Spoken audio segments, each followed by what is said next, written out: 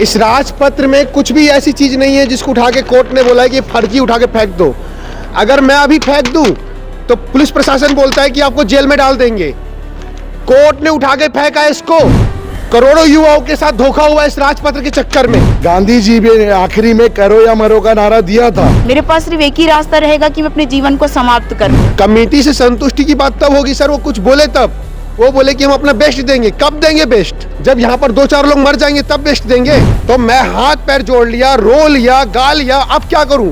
अब सिर्फ एक ही चारा बचा हुआ है कि अगर हम हथियार उठाएं। क्योंकि भगत सिंह ने एक बात कही थी, अगर बहरों के कान खोलने होते हैं तो धमाके की जरूरत होती है। तो ओपी चौधरी जी सपोर्ट करते थे कि विपक्ष में थे तब, और खुद सरकार में आने के बाद हम ही लोग के साथ में अन्याय कर रहे हैं। तो हमको इस तरह से भगा दिया जाता है जैसे हम कोई बहुत बड़े अपराधी हैं। ये जो जॉब है हमको कोई मिला नहीं है सर, हमने अपने हक से पाया है। सरकार को हम झुका के रहेंगे सर। मेरे घर में मेरी माँ अकेले है, मैं यहाँ बैठा हुआ हूँ क्योंकि लड़ना पड़ेगा। मुझे पता है कि मैं घर जाऊंगा तो मुझे सुसाइडल थॉट आते हैं, या तो मैं खुद मरूं या किसी और को मार दूं। स्पर्श multi speciality hospital full time विशेषज्ञों की देखरेख में पैथोलॉजी और डायग्नोस्टिक की बेस्ट इन क्लास सुविधा, साथ ही दे रहा है न्यूनतम दर पर हेल्थ पैकेज की सुविधा। स्पर्श मल्टी स्पेशलिटी हॉस्पिटल, एक एहसास अपनेपन का।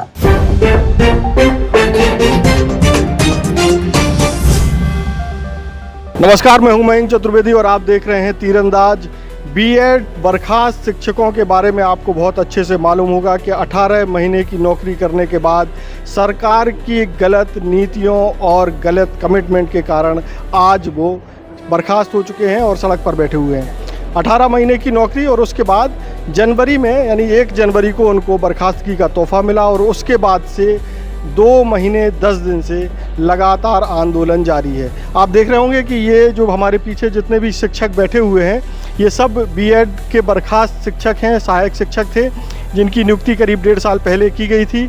और सबसे मज़े की बात इसमें ये है कि सरकार, सभी सरकारें चाहे वो किसी भी दल की हो, वो ये कोशिश करती हैं कि आम जनता की आवाज़ बहुत ज़्यादा लाउड ना हो पाए। इसलिए जो है सरकार ने बीच शहर से यानी रायपुर से धरना स्थल को हटा करके तूता में शिफ्ट कर दिया। और आप तूता देखेंगे चारों तरफ कुछ नहीं है, बहुत दूर दूर तक कोई आबादी नहीं है।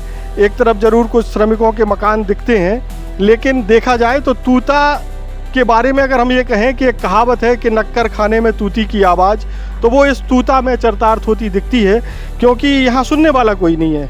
उस कहावत का भी जो है उस कहावत का जो है अर्थ भी यही है कि ऐसी जगह जहाँ कोई सुनने वाला नहीं होता है। तो ये जो तूता धरना स्थल दिया गया है वो भी उसी तरीके का है। जब आप तूता धरना स्थल पर आते हैं तो आपको कई बैरिकेड्स मिलते हैं, यानी कि प्रशासन ने भी पुख्ता इंतजाम किए हैं कि इनके आसपास आने जाने बारे में लोगों को आसानी ना हो, बड़ी मुश्किल से पहुँच पाएँ। तो आज लेकिन जब हम तूता धरना स्थल पर पहुँचे और देखा कि इतनी बड़ी भीड़ जो है इस भरी गर्मी में, अभी दोपहर के करीब 2 बज रहे हैं और इस यहाँ का टेम्परेचर हमको लगता है कि करीब 40 के आसपास होना चाहिए, लेकिन उस गर्मी में भी जो है बहुत सारे शिक्षक आपको यहाँ बैठे हुए मिलेंगे और इनका बैठना लाजमी भी है क्योंकि इनकी नौकरी छीनी गई है। और आप अंदाज़ा लगा सकते हैं कि किसी को नौकरी हासिल करना, आज के सरकारी नौकरी हासिल करना कितना मुश्किल होता है। ये सब लोग जो है एक कंपटीशन फाइट करके इन्होंने नौकरी हासिल की थी, यानी अपनी काबिलियत के बल पर नौकरी हासिल की गई थी। अब हम सबसे पहले पूछते हैं, हमारे साथ बहुत सारे जो शिक्षक हैं उनमें तमाम शिक्षक ऐसे हैं जो बड़ा मुखर हो करके बोल रहे हैं और उनसे हम जानते हैं कि भाई 2 महीने का आंदोलन हो गया है, अब आगे अभी तक क्या हुआ और उनकी आगे की रणनीति क्या है। नमस्कार सभी दर्शकों को मेरा, मैं ज्ञानेंद्र चंद्रवंशी, एक बर्खास्त सहायक शिक्षक। सर, हमारा जो धरना प्रदर्शन है वो सेवा के बदले सेवा की मांग को लेकर के है, जिसमें हम समायोजन की मांग कर रहे हैं। और यह पिछले चुनाव आचार संहिता से पहले 2 महीने की करीब हम लोगों ने किया। उसके बाद आज 12वां दिन है आचार संहिता के बाद पुनः हम लोग तूता 2.0 के रूप में हम लोग यहाँ पे आ चुके हैं। और हमारी लगातार मांग यही है कि सरकार हमारी बातों को जल्द से जल्द सुने और हमें नौकरी के बदले नौकरी प्रदान करें। अभी तक जो है आप लोग तो करीब 2 महीने से बर्खास्तगी के बाद से ही आंदोलन कर रहे हैं, उसके बाद आपको क्या लग रहा है अभी तक कितना आगे मामला बढ़ा, क्या कुछ पॉजिटिव दिख रहा है क्या? देखिए उस समय तक तो काफ़ी आगे मामला बढ़ चुकी थी। उसके बाद हम लोगों ने आचार संहिता की वजह से हम लोग को अपना धरना स्थगित करना पड़ा और अभी भी सरकार संज्ञान ले रही है। विधानसभा में हमारे पक्ष में पक्ष के भी बहुत सारे कद्दावर विधायकों ने मामले में जो सीएम जी का बयान है कि कमेटी के जो रिपोर्ट आएगी उसके माध्यम से हम करेंगे। तो हमारी जो निर्धारित करके वो समय सीमा की जो अवधि है एक फिक्स अवधि में हमको मांग है और ये मांग को लेकर हम लगातार आपको बता दें कि छत्तीसगढ़ में शिक्षकों के खाली पदों की संख्या अगर हम टोटल एक शिक्षक को भी गिन लें, सभी तरह के शिक्षकों को गिन लें तो करीब 70,000 के आसपास होती है। क्यों भाई 70,000 के आसपास है। अब आप देखिए कि एक तरफ 56,000 शिक्षकों के पद खाली हैं। कई स्कूल ऐसे हैं जो एक के बावजूद जो है आप देखिए इतने सारे जो शिक्षक बैठे हुए हैं ये बेरोजगार बैठे हुए हैं, मतलब नौकरी लगने के बाद इनकी नौकरी छीन ली गई। तो आखिर सरकार चाहती क्या है? हटाना चाहती है, वही उसका उद्देश्य, या शिक्षा व्यवस्था को मजबूत करना चाहती है? अगर सरकार शिक्षा व्यवस्था को मजबूत करना चाहती है तो इन सभी चयनित शिक्षकों को उत्तर होता है। आप लोग ये एक ऑर्डर भी लिए हैं राजपत्र, क्या है आनंद जी इसमें? सर सबसे पहले तो मैं ये बताना चाहूँगा, छत्तीसगढ़ का गजट आया था, उस राजपत्र में लिखा हुआ था कि बीएड और डीएड दोनों एलिजिबल हैं। जब दोनों एलिजिबल थे उन्होंने एग्ज़ाम दिया, 2 जुलाई को रिज़ल्ट आया, उस रिज़ल्ट में मेरिट सिलेक्शन हुआ, बीएड का भी हुआ, डीएड का हुआ।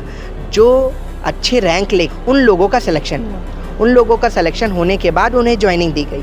अब जिनका रैंक पीछे है, एजुकेशन नहीं रखते, अब उनका ज्वाइनिंग होगा और हमें निकाल लिया जाए। एजुकेशन में क्वालिटी को मायने रखती है या कुछ और व्यवस्थाएं मायने रखती हैं? बच्चों के साथ यहाँ आए हुए हैं और देखिए छोटे छोटे बच्चे भी इस आंदोलन में शामिल हैं।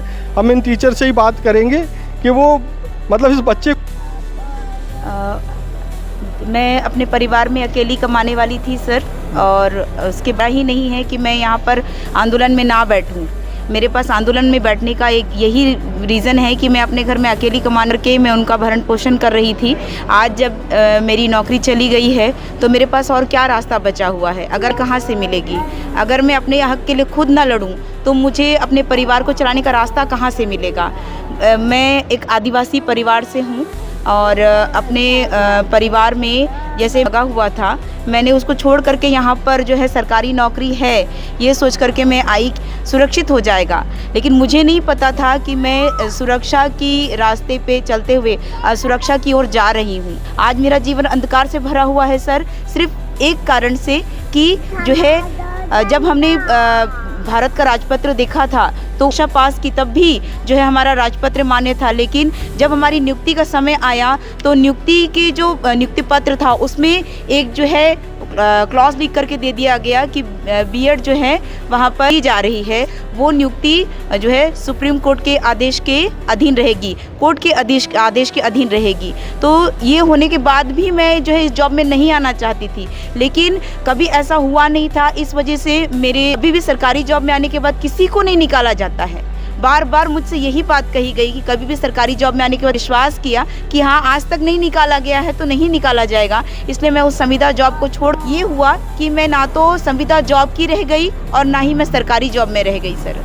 आज मेरी स्थिति ये है कि अगर जो है मैं यहाँ पर धरने पे ना बैठूँ तो क्या पता कल अगर मुझे जॉब नहीं मिला तो मैं अपने परिवार को चलाने के लिए सड़क पे आ गई, क्योंकि आज मेरे पास जीवन को आगे बढ़ाने के लिए सिर्फ यही एक जॉब थी। और अगर ये जॉब भी नहीं रहेगी तो मैं अपने बच्चों को ना तो मेरे पास सिर्फ एक ही रास्ता रहेगा कि मैं अपने जीवन को समाप्त कर लूँ।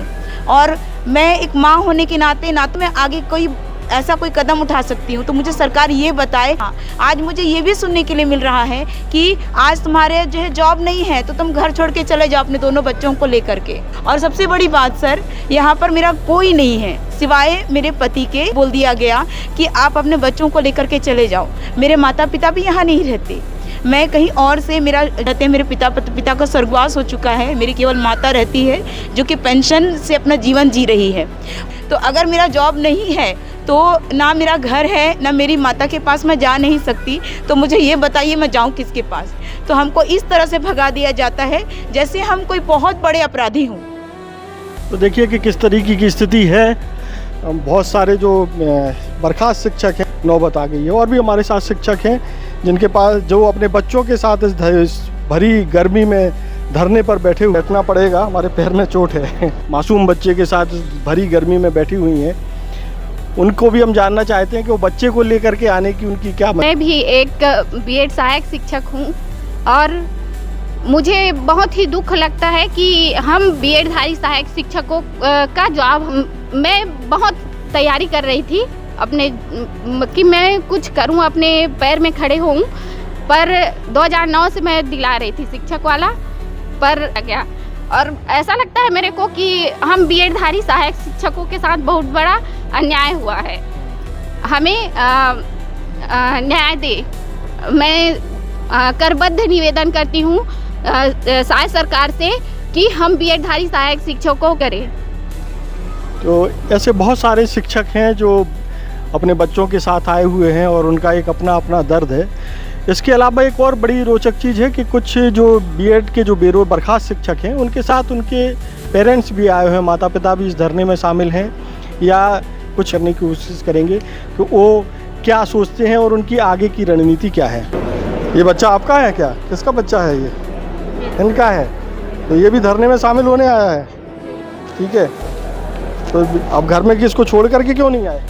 सर ये अभी छोटा है, 1.5 साल की है, किसके साथ रहेगी? वो तो अपनी माँ के साथ ही रहेगी ना, इसलिए मैं इसको अपने साथ लेके आई हूँ। तो ये भी धरना दे रहे हैं आपके साथ शिक्षक? जी नौकरी वापस मांगने के लिए। हमारे साथ कुछ और टीचर भी हैं जिनका सपोर्ट करने के लिए उनके पति भी इस धरना स्थल में शामिल होने आए हैं। आप क्यों धरना स्थल में शामिल होने आए भाई साहब? मेरे पत्नी जो है एक सहायक शिक्षक थी खरसगांव ब्लॉक में, इनको 1 जनवरी 2025 को शायद सरकार ने नौकरी से टर्मिनेट कर दिया, इसलिए मैं उसको मतलब सपोर्ट के लिए मैं। आप क्या करते हैं? मैं खेती किसानी करता हूँ, मेरे पास ज़्यादा खेती नहीं है, साथ में मजदूरी भी काम करता हूँ। तो नौकरी जाने के बाद आप सपोर्ट करने आए हैं। तो आपकी जब नौकरी लगी थी, इनकी आपकी श्रीमती जी की नौकरी लगी थी, तब क्या आपने उन्हें सोचा था?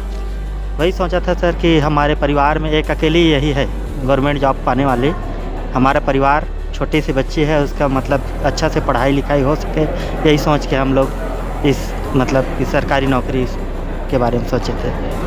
तो जब आपकी सरकारी नौकरी गई तो फिर क्या मतलब परिवार का क्या रिएक्शन था? सर परिवार में सभी तो दुखी हुए, क्योंकि नौकरी जाना एक सरकारी नौकरी लगना तो बहुत खुशी की बात होती है। जब निकाला गया तो सभी के सभी दुखी हो गए सर, और आर्थिक स्थिति भी कमज़ोर हो गई सर जब से जॉब चला गया तब से। जी। तो ये थे एक और शिक्षिका जिनके पति भी इस धरने में शामिल होने आए हैं, क्योंकि एक सरकारी नौकरी इनके परिवार में शायद पहली सरकारी नौकरी थी। जी सर, मेरे परिवार में पहले ही सरकारी नौकरी थी, लेकिन वो अब जो है सपना टूट गया। सपना टूट गया है सर अभी तक तो फिलहाल के लिए। लेकिन मुझे ये समझ नहीं आ रहा है कि सरकार है कि नहीं है इस छत्तीसगढ़ में, ये समझ नहीं आ रहा है। सरकार है तो हमारी बात को क्यों नहीं सुन रहा है? मेरे को ये समझ नहीं आ रहा है सरकार को चला कौन रहा है। कह रहे हैं एक तरफ की सुशासन की सरकार है, लेकिन मेरे को समझ में नहीं आ रहा है सुशासन है कि कुशासन है। आपको ऐसा क्यों लग रहा है? क्योंकि ये मेरा वोट उनको दिया हूँ, मैं उसको सरकार बनाया हूँ, इसलिए मेरे को ये समझ में नहीं आ रहा है कि वो सरकार चला कौन रहा है। तो ओपी चौधरी जी सपोर्ट करते थे कि विपक्ष में थे तब कि बीएड सहायक शिक्षक को जो पद है उसको हम लोग मतलब कि रखना चाहिए सरकार को, इस टाइप के करके। और ख़ुद सरकार में आने के बाद हम ही लोग के साथ में अन्याय कर रहा है। हम लोग उसके पास जा रहे हैं तो भगा दे रहे हैं, हमको मिलने नहीं दे रहे हैं। तो ये कहाँ का न्याय है सर? मेरे को समझ नहीं आ रहा है सरकार को चला कौन रहा है, ये समझ में नहीं आ रहा है। तो बाहर भी तो बहुत सारी बैरिकेडिंग लगी है आप लोगों को रोकने के, आप लोगों के पास लोग ना पहुँचे। जी सर, हम लोग के पास नाना प्रकार के मतलब सुविधाओं को रोकने के लिए पुलिस प्रशासन को जहाँ जाते हैं वहाँ भेज देते हैं सर। समझ नहीं आ रहा है हम लोग करें तो करें क्या। हम लोग की आवाज़ को इतना दबाना चाहते हैं कि किसी से मिलने ही नहीं देते हैं। यहाँ तक कि हमको मतलब कि रोड में निकलना भी मुश्किल हो गया है। कल तो हम लोग को यहीं पे पुलिस वाले लोग की रोक रहे थे। छत्रपति शिवाजी का जो अपना एक रैली निकालना चाह रहे थे गांव में, तो उसके लिए भी हम लोग को अनुमति मिला था यहाँ एसडीएम सर के पास से, उसको भी मतलब कि आप लोग को अनुमति नहीं है करके रोक लिए थे। कुल मिलाकर की सरकार आप लोगों को की आवाज़ को दबाना चाहती है, ऐसा आप कहते हैं? जी सर, हम लोग को आवाज़ को दबाना चाह रही है सरकार। इन लोग को इतना प्रताड़ित करो कि इन लोग टूट जाए, इस टाइप का उनका समझ मानसिकता बन गया है सर। तो ये थे एक और सहायक शिक्षक के पति जो अपनी कहानी और व्यथा बता रहे हैं। और भी हम कुछ शिक्षकों से बात करते हैं। आपको क्या लग रहा कि सरकार आपका कितना सहयोग कर रही है इस आंदोलन में? सर, आंदोलन के लिए सरकार बोलते तो है, जब भी पूछते हैं तो कि हम आपके साथ हैं, आपके बारे में सोच रहे हैं करके, लेकिन उनकी नीयत से पता चल रहा है कि वो हमारे साथ ज़्यादा सपोर्ट तो नहीं कर रहे हैं। क्योंकि शुरुआती तौर पे जब आचार संहिता के बाद हम लोग का आंदोलन शुरू हुआ तो हम लोग की पूजा अर्चना के साथ नारियल लेकर रैली निकालेंगे करके सिर्फ चढ़ाने जा रहे थे मंदिर में, तो वहाँ पर भी पुलिस के द्वारा हमको रोका गया। और कल भी रैली के लिए बोला गया, हम लोग दिए थे परमिशन के लिए, तो फिर बोलते हैं कि अभी एसडीएम से मिला नहीं है। तो हमेशा रैली वैसा होता है कि परमिशन दे देते हैं लेटर, उसके बाद निकालते हैं। तो हमको परमिशन नहीं दिया जा रहा सर किसी भी रैली के लिए। हमको अकेले अगर हम लोग बोलते हैं कि शिक्षक संघ वाले जो शिक्षक लोग हैं वो लोग रैली निकालना चाह रहे हैं तो हमको परमिशन नहीं मिल रहा है सर। और यहाँ हम लोग आए तो 1-1.5 महीने से बंद हुआ था सर, 1 महीने से। तो यहाँ पे बहुत गंदगी थी, तो हम लोग 1 दिन पहले से बोले थे सर साफ़ सफाई करा दीजिएगा क्योंकि आंदोलन शुरू हो रहा है। तो परमिशन अगर वो हमको दिए हैं तूता में बैठने का, तो उनकी जिम्मेदारी थी कि इसको साफ़ रखते हैं, साफ़ सफाई कराते हैं, ये यहाँ की जिम्मेदारी है सरकार की। लेकिन जब हम आए तो यहाँ पे पूरे गोबर कचरा जो भी था पड़ा हुआ था। हम शिक्षक जो बच्चों का भविष्य बनाते हैं वो यहाँ पे आकर साफ़ सफाई के सर। यहाँ का वॉशरूम सर इतना गंदा था, उसके लिए भी हम लोग कई बार विनती किए, कई बार बोले कि सर साफ़ करा दीजिए, लेकिन वहाँ भी कोई सफाई नहीं हुआ। तो जो टीचर लोग हैं, हमारे ही महिला साथी लोग, उन लोगों ने झाड़ू लेकर साफ किया है वॉशरूम को सर। इस तरह तो अब कितना सपोर्ट कर रही सरकार, आप ही समझ सकते हैं सर। कि तो आपको लगता है कि इसका कुछ सकारात्मक नतीजा निकलेगा? सर हम कोशिश पूरी करेंगे, सरकार को हम झुका के रहेंगे सर, क्योंकि हमने पढ़ाई किया है। ऐसे किसी ये जो जॉब है हमको कोई मिला नहीं है सर, हमने अपने हक से पाया है, तो अपना हक तो किसी को छीनने नहीं देंगे सर, चाहे सरकार हो चाहे कोई अधिकारी हो सर। तो आप लोगों को क्या लगता है कि अगर मान लीजिए कि 1 महीने तक और या 1.5 महीने तक या 2 महीने तक नतीजे पर नहीं पहुंचते या आप लोगों को नौकरी नहीं मिलती है, तो आप लोग यहीं जमे रहेंगे या कुछ और भी रणनीति बनाई है रखी है आप लोगों ने? सर देखिए, अभी तो हम लोग आंदोलन शुरू किए हैं और आंदोलन हम लोग का है कि सरकार बात माने हमारी और हमको समायोजन करे। लेकिन अगर सरकार नहीं मानती तो युवा है सर, हिम्मत नहीं हारेंगे और उनको भी दिखाएंगे कि युवा अगर आती है अपने पे तो क्या क्या कर सकती है। तो आपने देखा कि ये जो है जोश कम होने वाला नहीं है, सरकार से नौकरी लेकर के ही बीएड के जो बर्खास्त शिक्षक हैं मानने वाले हैं। हमारे साथ एक और बर्खास्त शिक्षक हैं जिनका नाम है गौरव।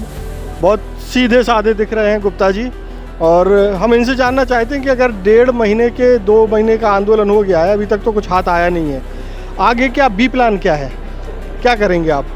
हम लोगों का अभी तक जो प्लान था बहुत शांतिपूर्ण था, और अब जो प्लान होगा वो सरकार और प्रशासन दोनों के लिए बहुत चुनौतीपूर्ण होगा। क्योंकि बिना गलती के मैं सामने में एक राजपत्र लेके खड़ा हूँ, भारत का राजपत्र है, और राजपत्र बनाने के लिए भारत की जो सर्वश्रेष्ठ संवैधानिक संस्थाएं हैं वो बनाती है। कौन कौन? लोकसभा, राज्यसभा और राष्ट्रपति का साइन होता है तब ये राजपत्र बनता है। इस राजपत्र की फजियत हो चुकी है। इस राजपत्र में कुछ भी ऐसी चीज़ नहीं है जिसको उठा के कोर्ट ने बोला है कि फर्जी उठा के फेंक दो। अगर मैं अभी फेंक दूं तो पुलिस प्रशासन बोलता है कि आपको जेल में डाल देंगे। कोर्ट ने उठा के फेंका है इसको, मैंने नहीं उठा के फेंका है। करोड़ों युवाओं के साथ धोखा हुआ इस राजपत्र के चक्कर में। 3000 युवा यहाँ तूता इस धरना स्थल पे बैठे हैं, रोड पे चलने के लिए मजबूर है। इन बहनों को रोड पे घसीट के पकड़ा, उठा के मारा गया है, कपड़े फाड़े गए हैं, युवाओं को जेल में डाला गया है इस राजपत्र के चक्कर में। कौन जवाबदार है इसका?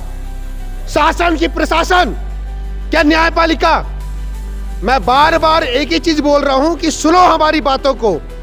बुलाया जाता है यहाँ पर, कार्यपालिका बुलाई जा रही है, हमको मजबूर किया हम लोगों ने उनको, चाहे वो विधानसभा के द्वारा हो चाहे राज्यसभा के द्वारा हो, हमने मजबूर किया तो हमको बुलाई जाती है सिर्फ बातें रखने के लिए। 3 महीने के बाद अभी वो बातें रखवाई जा रही है कमेटी में। 3 महीना हो चुका है कमेटी का मतलब स्थापना हो, 3रा महीना चल रहा है पूरा, और अभी भी हमको सिर्फ बातें पूछने के लिए बुलाया जा रहा है कि बताइए अपनी बातें। क्या कार्यपालिकाओं को, क्या कमेटी को ये नहीं पता है कि क्या क्या घटनाक्रम हुआ होगा? पूरे देश को पता है, बच्चा जानता है। आप तूता के बच्चे से लेकर रायपुर के बच्चे तक पूछ लेना कि ये बीएड वाले क्या चाहते हैं। कमेटी क्या आपको इस कमेटी से संतुष्ट नहीं है क्या? कमेटी से संतुष्टि की बात तब होगी सर वो कुछ बोले तब। वो बोले कि हम अपना बेस्ट देंगे। कब देंगे बेस्ट? जब यहाँ पर 2-4 लोग मर जाएंगे तब बेच देंगे, या कोई फांसी लटक जाएगा तब बेच देंगे। मेरे घर में मेरी माँ अकेले है, मैं यहाँ बैठा हुआ हूँ क्योंकि लड़ना पड़ेगा। मुझे पता है कि मैं घर जाऊँगा तो मुझे सुसाइडल थॉट आते हैं, या तो मैं खुद मरूँ या किसी और को मार दूँ। क्या करूँ मुझे खुद समझ नहीं आ रहा है। तो मैं हाथ पैर जोड़ लिया, रो लिया, गा लिया, अब क्या करूँ। अब सिर्फ एक ही चारा बचा हुआ है कि अगर हम हथियार उठाएं, सिर्फ और सिर्फ हथियार उठाएं। मैं बार बार विनती कर चुका हूं, अब विनती करने की कंडीशन मेरी नहीं है। या तो वो मुझे मार दे या फिर मैं किसी और को मारूं, बस यही अब मेरे अंदर बचा हुआ है। आप देख रहे हैं कि कितनी स्थिति विकराल हो रही है। ये वो स्थिति है जब आदमी को सामने कोई और रास्ता दिखाई नहीं देता है, तब आदमी इस तरह की बातें करता है। तो सरकार को सरकार से हम भी अनुरोध करते हैं कि इन लोगों की समस्याओं का जल्दी से जल्दी समाधान किया जाए, क्योंकि नौकरी मिलना बड़ा मुश्किल होता है और एक बार नौकरी मिलने के बाद जब उसे छीना जाता है तब स्थिति कुछ ज़्यादा खराब हो जाती है बनस्बत पहले से। हमारे साथ एक और बर्खास्त शिक्षक हैं जो अपनी व्यथा बताना चाहते हैं। हमारे साथ ये है सर कि हम लोग अभी 2-3 दिन से रिसेंटली परसों के दिन हम लोग स्टेडियम गए हुए थे। कल के दिन हमने संभाजी महाराज, चलो मेरा नाम सुमित भोसले है, संभाजी महाराज मेरे पूर्वज है ना, तो हम लोग उसके लिए रैली के लिए वो कर रहे थे, परमिशन के लिए सूचना दे के आए थे। उसके बाद यहाँ पर पुलिस फोर्स आ गई, उन्होंने हमको रैली निकालने के लिए मना कर दिया। इवन हमने गेट के सामने मूर्ति उनकी फ़ोटो रख के पूजा करने की कोशिश की तो कुर्सी को हटा दिया गया। तो हमने दूर जाके सब घेर के गोल घेरा बना के वहाँ पर हमने पूजा की। तो मैं ये जानना चाहता हूँ, कल हम लोग इसी उपलक्ष्य में शाम को छावा मूवी देखने भी गए थे। मेरे को ये जानना है कि जो संभाजी महाराज के लिए जो हमने कुर्बानी देखी है, उनका बलिदान देखे हैं, जिनका जीभ काट दिया गया, आंखें निकाल दी गई, उनके नाखून निकाल दिया गया, तो इस दिन के लिए किया गया था। उन्होंने स्वराज की मांग इस दिन के लिए की थी कि हमारे जो वंशज है ऐसे बैठे रहें। मैं ये जानना चाहता हूँ कि उनकी कुर्बानी की क्या वैल्यू है। क्या उनकी मूवी का टैक्स फ्री बस कर दिया जाए, यही बस उनकी वैल्यू रही है और कोई वैल्यू नहीं है। उनका सिद्धांत कहाँ गया, जो स्वराज की मांग थी वो कहाँ गई। हम भी उनकी तरह, जो स्वराज की मांग थी, हमारे मन में भी समायोजन की मांग है और हमेशा रहेगी। जैसे उनका एक लक्ष्य था स्वराज, हमारा भी एक लक्ष्य रहेगा समायोजन। जब तक नहीं मिलेगा तब तक हम डटे रहेंगे। सरकार की गलती है, तभी तो वो हर जगह पे रोक रही है हमें। सरकार क्यों नहीं चाहती कि जनता तक हमारी बात पहुंचे। इस टी शर्ट को बैठ के देखना स्टेडियम में मना है, क्यों मना है? इस पे राम भगवान की फोटो है जिस पे सरकार राजनीति करती है, चाणक्य जी की फोटो है, पीछे अटल जी की फोटो है जिस पे सरकार राजनीति करती है, भगवा रंग पे राजनीति करती है। तो हमको क्यों रोका जा रहा है? इस कलर का टी शर्ट पहनने से क्यों रोका जा रहा है? आप खुद बताइए ना। सरकार की गलती, तभी तो चाहती है कि जनता तक ना जाए ये बात। अगर सरकार गलत नहीं होती तो हमको देती परमिशन। आप निकालिए भाई, सरकार अपनी गलती छुपा ही रही है ना। इस जगह पे हमको रोक के हर जगह से बैन करके सूचना दिया जाना चाहिए। सूचना देते हैं, पुलिस आ जाती है, परमिशन मैं दिलाऊंगा बोलते हैं, परमिशन देने के लिए जाओ तो यहाँ पर लॉक लग जाएगा। अभी भी जाके देखिए तूता के उसमें गेट में ताला लगा हुआ है। आज हम लोग की गांधी जी की जो डांडी मार्च वाली रैली थी उसको हम लोग इसलिए बिना सूचना के, ये मैंने बोला कि आज के दिन उन्होंने नमक कानून तोड़ा था, हम भी एक नियम कानून तोड़ते हैं। आज बिना रैली, बिना परमिशन के रैली निकालेंगे। और हम लोग ने भवन से रैली यहाँ तक लाई, तालाब के पास गए, उनकी पूजा अर्चना की, वापस आ गए। कोई हुड़गड़ हुआ, कुछ हुआ, कोई नाराबाजी हुआ, कुछ हुआ? कुछ भी नहीं हुआ। शांतिपूर्ण हम लोगों ने रैली निकाली। कल भी यही चीज़ मांगा था कि यहाँ से घूम के CBD से वापस आएंगे, लेकिन पुलिसकर्मियों ने मना कर दिया। पुलिसकर्मियों की गलती नहीं, क्योंकि उनकी भी नौकरी जा रही है। बहुत सारे पुलिसकर्मियों को भी सस्पेंड किया गया है सिर्फ इसके कारण। अरे आधी पुलिस फोर्स तो हमको रोकने में लगी है। जनता की सेवा कब करेगी पुलिस? काम क्या है उनका? सरकार की सेवा करना कि जनता की सेवा करना? आपको क्या लगता है इस पूरे प्रकरण में सबसे ज़्यादा दोषी कौन है? दोषी सर देखिए, हमको ये मतलब नहीं, हमारी दोस्त नहीं है, हमको ये मालूम है। जिनकी दोस्त थी उन्होंने कोर्ट में अपना पक्ष नहीं रखा। आगे की रणनीति क्या होगी? अगर मान लीजिए कि अब करीब 2.5 महीना हो गया है आपको आंदोलन करते हुए, आप सभी 3000 शिक्षकों को, 2900 शिक्षकों को, तो आगे की रणनीति जैसे आपके साथी बता रहे थे कि बहुत एग्रेसिव आंदोलन हो सकता है। जी सर, हम गांधी जी को मानने वाले हैं। हम आपको पहले बताया, शुरू से सब लोग ने बोला था गांधी नीति पे हम चलेंगे। अनुनय यात्रा किया, अनुनय विनय किया। गांधी जी भी आखिरी में करो या मरो का नारा दिया था, वही सिद्धांत है। जब तक वो रिक्वेस्ट कर करके थक गए, जब नहीं हुआ तो उन्होंने करो या मरो का नारा दिया। हमारा भी वही है। हमने 3 महीना, हमारे पास बहुत पेशेंस था, 3 महीना हम लोग ने देख लिया। 3 महीने क्या, हम तो पिछले 1.5 साल से देखते आ रहे हैं सरकार जो हमको बनाती आ रही है। अब हो गया, बहुत पेशेंस हो गया। अब इसके आगे वही होगा। हमारा यही है कि इस महीने के अंत तक हमको कुछ ना कुछ क्या मिले, पॉजिटिव न्यूज़ मिले। हमारी ज्वाइनिंग नेक्स्ट मंथ से शुरू हो, नहीं तो फिर सरकार देखे। अब आमने सामने की लड़ाई है, आर पार की लड़ाई है। क्या करेंगे आप लोग? वो तो सर बताने की बात नहीं है, क्योंकि वो बताया जाएगा या ताला लग जाएगा, हमारा परमिशन कैंसिल कर दिया जाएगा। वो तो बताने की बात नहीं कि क्या करेंगे, लेकिन जो करेंगे न्यूज़ में आएंगे जरूर, मीडिया में आएंगे, सरकार को भी पता चल जाएगा कि क्या है। क्योंकि भगत सिंह ने एक बात कही थी, अगर बहरों के कान खोलने होते हैं तो धमाके की जरूरत होती है, तो धमाका होके रहेगा। तो गांधीवादी के बाद अब भगत सिंह की राह पकड़ने वाले हैं? जी सर, क्योंकि दोनों जरूरी है। अगर गांधी बनना जरूरी है तो भगत सिंह बनना जरूरी है, क्योंकि एक अकेले ने देश को आज़ादी नहीं दिलाई थी। आज़ादी में जितना हाथ गांधी जी का था उतना ही हाथ भगत सिंह जी का था। तो क्या अब धमाके की तैयारी है? धमाके की तैयारी होगी सर। धमाके का मतलब सिर्फ बम फोड़ना नहीं होता, धमाके का मतलब सिर्फ बम फोड़ना नहीं होता, धमाके का मतलब और भी तरीके से हो सकता है। जैसे मरीन ड्राइव वाला धमाका हुआ था, जब 2 किलोमीटर दूर बैठी सरकार हमसे मिलने नहीं आ पा रही थी, लेकिन वो वहाँ जीवर्धन चौहान जी के यहाँ चाय पीने जा सकते हैं, कुंभ में जाके गंगा स्नान कर सकते हैं, लेकिन 2 किलोमीटर दूर बैठे हम मरीन ड्राइव के जो जिनके लिए वो महतारी वंदन चला रहे हैं, महिला दिवस मना रहे हैं, वो महिलाओं को उनके कपड़े फाड़े जा रहे थे, वहाँ पर तो उनको नहीं आना हुआ। तो ये कहाँ की राजनीति है? अगर यही करना है और तो औरंगजेब का और इनकी तुलना क्यों ना करें हम? क्या सरकार को आप औरंगजेब की तरह मानते हैं? वही है जो हमारे साथ हो रहा है, तो हम तुलना करेंगे उस चीज़ की, क्योंकि हमें अपनी बात रखने का मौका दिया जा रहा है, नहीं दिया जा रहा है। रैली निकालने का जन समूह को बताने का मौका दिया जा रहा है, नहीं दिया जा रहा है। तो किससे तुलना करें? अंग्रेजों से करें, औरंगजेब से करें? जहाँ पर लोकतंत्र को दबाया जाता है वहाँ पर किससे तुलना करें? मैंने कहा IPS सर को पूछा, यहाँ पर खड़े थे, वो बोलते हैं आप लोग सूचना दीजिए। मैंने बोला मेयर के बेटे ने जो रोड पे पार्टी बनाई थी उसकी सूचना दी थी, सूचना दी थी तो उस पर तो कार्रवाई हुई। उन्होंने बोला FIR हुआ, तो क्या उनको जेल में है? अभी भी जेल में है कि मेयर को बर्खास्त कर दिया गया? तो हमें क्यों बर्खास्त किया गया बिना गलती के? बताइए आप। कुल मिलाकर के अब आंदोलन जो है आने वाले दिनों में उग्र होता हुआ दिखाई दे रहा है। देश और दुनिया की ताज़ा तरीन खबरों से जुड़े रहने के लिए आप तीरंदाज को सब्सक्राइब करना बिल्कुल ना भूलें और बेल आइकॉन को जरूर प्रेस कर लें। और अगर आप हमारे इस वीडियो को फेसबुक पेज पर देख रहे हैं तो कृपया करके उसे भी फॉलो कर लें। नमस्कार। खुश है तो कोई खुशी मना ले, छोटा बड़ा केक मंगा ले, संगम में मिलता है बढ़िया केक, संगम में मिलता है बढ़िया केक। तीरंदाज।